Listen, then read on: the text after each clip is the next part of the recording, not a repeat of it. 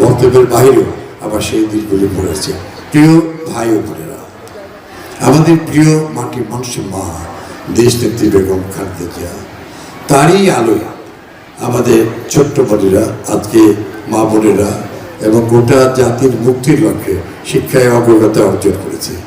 তারই সকল অনুপ্রেরণা এবং নির্দেশনা তৎকালীন সরকার শিক্ষাক্ষেত্রে সর্বোচ্চ সাফল্য অর্জন করেছে।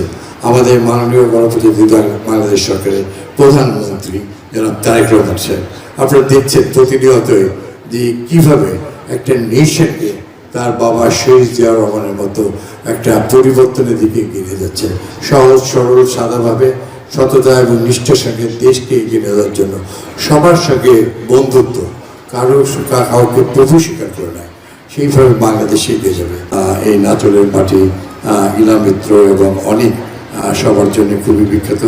আমার সৌভাগ্য হয়েছিল রাজশাহী কেন্দ্রীয় কারাগারের খাপড়া ওয়ার্ড এবং মহিলা ডিভিশনের পাশে আমাদের ডিভিশন ওয়ার্ডে, যেখানে আমার এক পাশে প্রাচীরের ওই পাশে থেকে গেছেন সেই ইলা মিত্র, আমাদের অত্যন্ত দেশ এবং জাতির কাছে যেটি খুবই ইতিহাসে পরিচিত। আর আমাদের এখানে নাজল বিদ্রোহের সময় যারা খাপড়া ওয়ার্ডে ছিলেন, সেখানে তারা 6 জন হানিফ কম্পাউন্ড সহ শাহাদত বরণ করেছিলেন, তাদেরকে শহীদ ঘোষণা করা হয় সেই খাপড়া ওয়ার্ড।